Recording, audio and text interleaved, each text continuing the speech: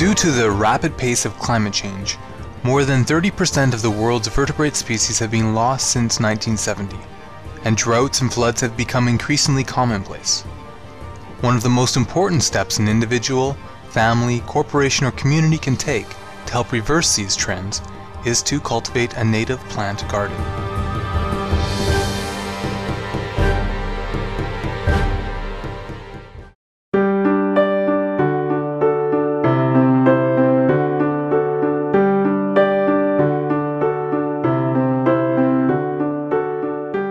Today, we again highlight the laudable work of Alrie Middlebrook, an artist and professional landscaper from Santa Clara County, California, USA, whose deep love of indigenous plants and the environment led her to become one of her state's most prominent native plant experts.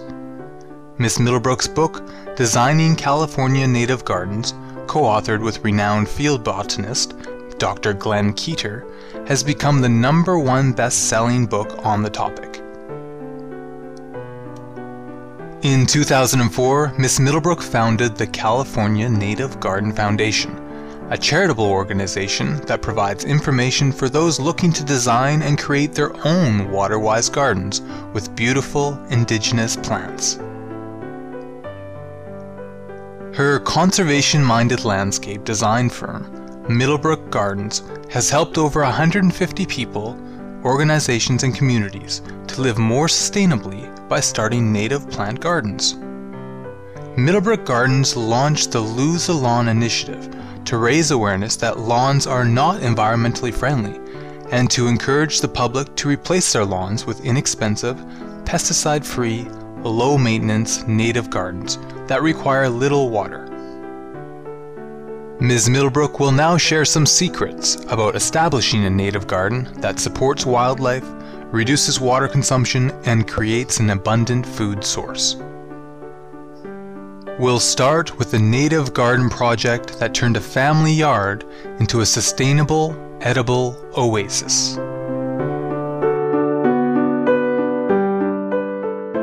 The garden that I'm standing in front of is the garden of a family of 4, 2 children and mom and dad, and it's a combination of edibles, conventional edible plants, native edibles, and native habitat gardening. They're very interested in doing their part to reduce global warming.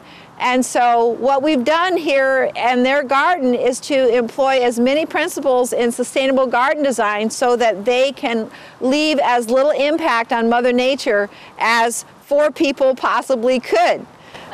Before, our garden was just plain grass, but now I like it because there are 4 trees that I can climb.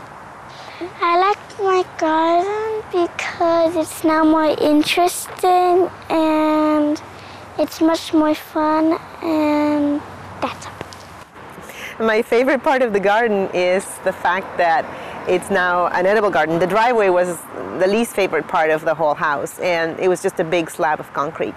And now we cut out the sides, and there are edibles on one side and natives on the other side, natives that are also edible.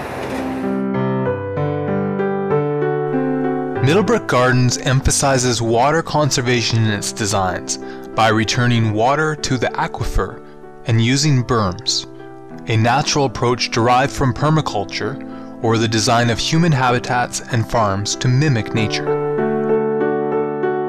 So one of the things I want you to notice is the mounds. This was all flat, and we brought in extra soil to build the mounds. We talked earlier about the chaparral plants and how they have to be planted on a mound because we want to copy the way they grow in nature. So here's the mounds, and then in the middle of their garden here, we seeded a native meadow. Channeling rainfall ensures that it will later be used by the garden in the dry season. Now let's go look at the dry creek, because what we are doing with the dry creek is we take the water from the roof, and instead of having it flow into the driveway and out to the storm drain and out to the bay and upset the ecology of the San Francisco Bay, we're actually having the downspout water flow into the creek bed. So in the winter, when it rains, the creek bed fills up and then the water dissipates gradually out into the landscape and provides water for these plants to get established. And once these plants are established, after 2 years, they're not going to need to water this garden at all. Placing compatible plant species next to one another helps the new garden grow quickly and flourish. We know that when you put the plants back together that evolve together, something occurs on the whole that protects life and perpetuates life. It has to do with the kinds of pollinators that evolve with them. And we're talking about a system that has literally taken millions of years to evolve as a very complex system. Each one of these living organisms, whether it's a plant or the insect that pollinates the plant or the bird that finds food on the plant, it all fits together like a very, very complex puzzle. And each one of those living organisms has a niche that it is holding because it's providing something for the community as a whole. So if you put everything back together that evolved together, you're recreating the complexity and the beauty of the natural world. When we return, we'll look at how designing a sustainable native garden with microclimates in mind can produce excellent results. Please stay tuned to Supreme Master Television.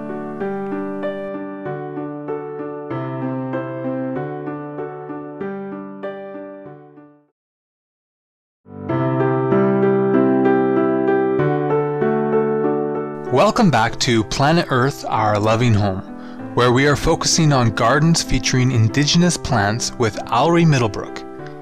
Ms. Middlebrook now discusses the importance of microclimates in planning a new garden. The term microclimate refers to the climate of an area of land as small as a few meters.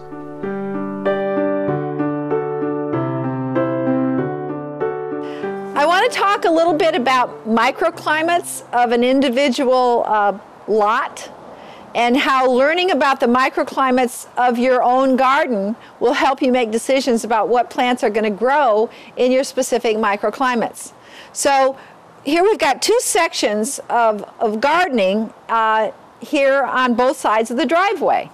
Now this section here gets the hot, full afternoon sun. Now you know if you're going to plant food crops, you've got to have between 5 to 8 hours of full sun a day. So this is south-facing. Even the structures on a garden site need to be considered when determining the microclimate. Here we are on the other side of the driveway. This is a microclimate where it gets morning sun, but it gets the shade in the afternoon. You can see the house provides the shade. And so we looked at this very carefully before I designed this garden. Where are the microclimates on this property, and how can we use those microclimates to produce not only a native garden that provides beneficial habitat to nature and to wildlife, but also a native edible garden that provides food to humans while it's providing habitat value as well. And that's a subject that I'm particularly interested in, and it's the subject of my next book, which is called Eating California. Some plants play a large role in protecting against floods and mudslides and in providing a home to various animal species. One of the most important plants in the whole garden is this plant right here. The common name is coyote bush, Baccharis pilularis. Why is this particular plant so important? There's two reasons this plant is important. One is habitat value. I keep talking about if you want to reduce your impact for global warming, you really need to plant a native garden because we're restoring local ecology. There are over 100 insects that are dependent on this plant for life. So it has really high habitat value in the garden. The highest habitat value of any plant in California is an oak tree. An oak tree provides habitat value for over 5,000 species of insects and living organisms. So habitat value, it ranks like this. It starts with the oak, then it goes to the elderberry. We looked at the elderberry. We talked about food value for humans for elderberry, but we didn't talk about habitat value. And this is the real issue with fighting global warming and species decimation, which we're facing in the world today. 30% of species decimation because we are destroying habitat. All right, so number 2 is the elderberry. Number 3 is the baccharis. Baccharis also is the best erosion control plant. So what the baccharis does is it has tiny fibrous roots that enable the water to percolate down into the soil and hold the water at the site instead of having it gush and run off. It slows the water down and allows the water to percolate. So incredibly important plant in a native garden. Cultivating indigenous plants in a home garden contributes significantly to the healing of our planet. I hope that you'll be inspired to plant natives, grow a little of your own food, and while you do that, you know you'll be helping to reduce global warming. You'll be creating more biodiversity at home in your neighborhood so that species of wonderful animals aren't threatened, and you're going to be saving water and not using chemicals, and you're going to be helping the bee colony collapse from affecting our food supply by working more with our native bees and the native foods that are edible. Ms. Middlebrook also has some kind words about Supreme Master Ching Hai. It's been a privilege for me to learn about Supreme Master Television and Supreme Master Ching Hai and the work that she's doing and all of her followers. And I'm very pleased to be associated with the work because it really deals with the essence of some of the problems that we have in confronting global warming. Vegetarianism, a huge, huge solution for combating global warming.